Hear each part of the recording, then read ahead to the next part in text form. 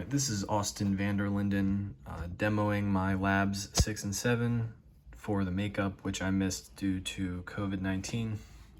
Here's my email regarding lab 6,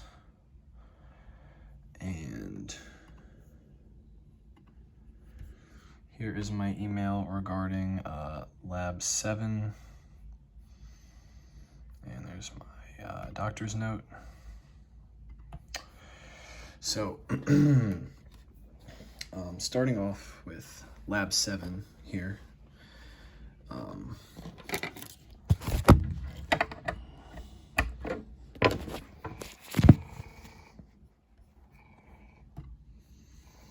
So here's my code for lab 7. As you can see, it basically uses 4 different sets of code for each potentiometer setting. And each of these codes digital writes the motor, and this is utilizing basically 45-degree steps. So there are 8 different digital write settings for the 8 settings of the motor, and these cycle through at a pretty quick rate using delay microseconds. Additionally, in each loop there is a millis counter, which when the counter hits, delays the program by 1 second.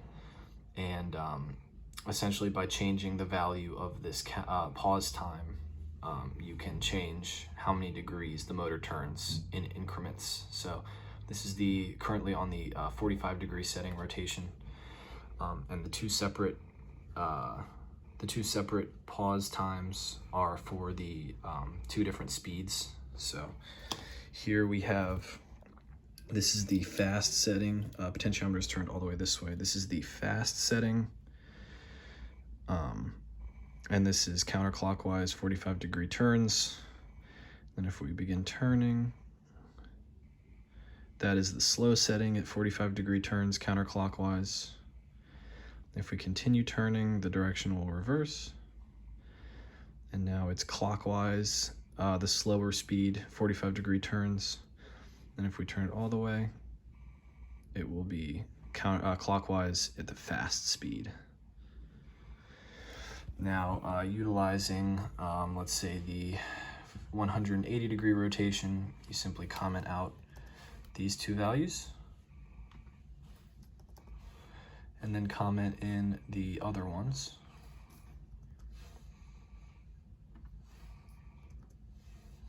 Okay. Run that.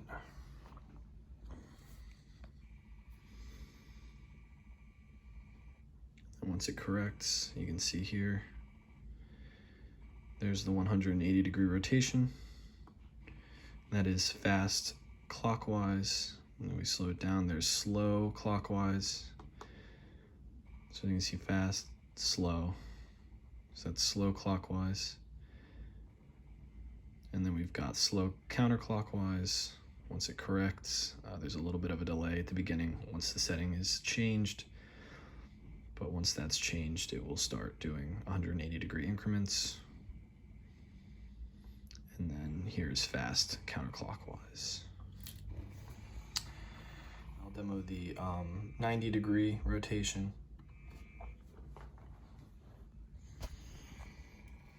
To correct. Fast counterclockwise, slow counterclockwise,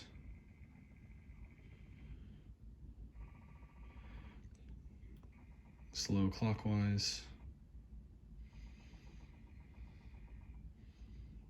and fast counterclockwise.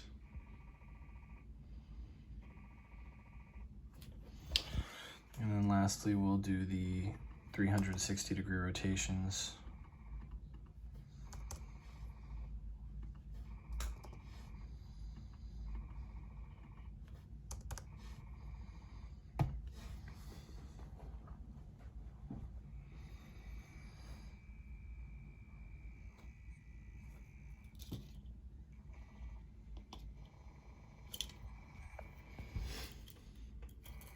Here's fast counterclockwise.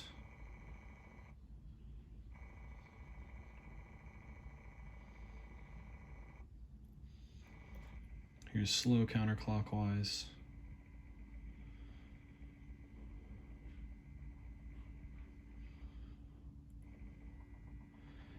Slow clockwise.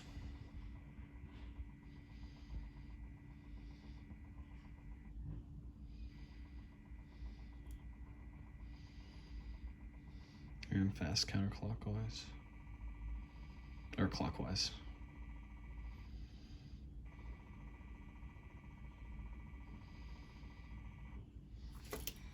Based on the diagram, we can see that there's two coils, so there are two poles and two different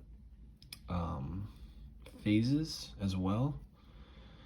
So using the equation, the number of steps per revolution is equal to 2 times 2 times 2, so there are 8 steps per revolution. All right, next up is my submission for lab 6, which is the servo motor lab. So for part 1 here, I've wired my potentiometer to an analog input pin and wired the servo motor to a digital output pin. Just added my power supply there, and then all this is for the next part, so it's not connected to anything right now. Okay, and then the code is currently running, but we'll run it again. As you can see here, just a clear pin input and output, and then map the potentiometer values to pulse width values. The range I found that worked pretty well was 500 to 2300. And then all the commented out stuff is for the next part. And then here we've got just digital write high, delay, the initial value, and then low, and then delay 20,000 minus the value, which creates that pulse width modulation. Okay, the code has been activated. So now, as you can see, the servo is all the way turned clockwise. So now as we begin to turn it counterclockwise, servo motor turns, and now the servo has been, or the potentiometer has been turned fully counterclockwise, and you can see that the servo has rotated roughly about 180 degrees. This is the range I found that worked well without stalling out the motor. All right, here's the 3-bit DAC I built in Circuit Lab. As you can see, D0 here, the least significant bit. Using the table from the calculations, I found that using the formula, the output voltage is equal to the code divided by 2 to the m, where in this case m is 3 bits, so 2 to the third is 8. That's code over 8 times the full scale range voltage of 5 volts, so our output voltage is equal to 5/8 times our code. Looking at our table, D0 acting as least significant bit in the on position, you can see that that would be a calculation of 5/8 times 1. 2 to the 0 is 1, which would give us our least significant bit voltage of 0.625 volts. So going to here, here's D0, set that to the on position, and, oh, sorry, off, and on. And as you can see there, 0.625 volts is our output. And then for another example, we'll just pick, I guess, this one, which is D0 and D2 in the on position, which would be 2 to the 2, 4, plus 2 to the 0, 1, so 5. 5 times 5, 25 over 8, 3.125 volts. Let's see if that's accurate. And that's D0 is already on. Now we just need to put D2 on. And sure enough, our output is 3.125 volts, which matches up right here. So here's my physical digital to analog converter here using 330 ohm resistors, sometimes in series to double it, but it's the exact same as the Circuit Lab diagram I created. So here we have our 3 jumpers acting as switches, and this is D0 right here. So right now all 3 are grounded, so our output is 0.00, and you can see I modified the previous motor code, just commenting out the motor stuff. And here I've actually initialized the analog read as a float value, and then converted that to a voltage reading just by using the formula, and then printing that out onto the serial monitor, as you can see here. So if we as previously, if we use the least significant bit and put that in the on position, then we can now see on here we are getting readings of 0.63 to 0.64, which is pretty close to 0.65, which is our least significant bit voltage. There's just some rounding there, and so the values are pretty close. Now, if we also activate our bit 1, or D1, so now D0 and D1 are on and D2 is off. We can see that on the chart here, that corresponds to a voltage of 1.875 volts. If we come up to our serial monitor, we can see we are getting the rounded version, which is 1.88 volts. And then we'll do one more. If all three are in the on position, we should be getting a reading of about 4.38 volts on the serial monitor. So we'll go ahead and activate our third one here. And as we can see here, we are getting 4.38 volts red. And then we'll do one more. We'll just say 010. So we'll turn off D2 and D0 to get a reading of 1.25 volts. So D0 and D2.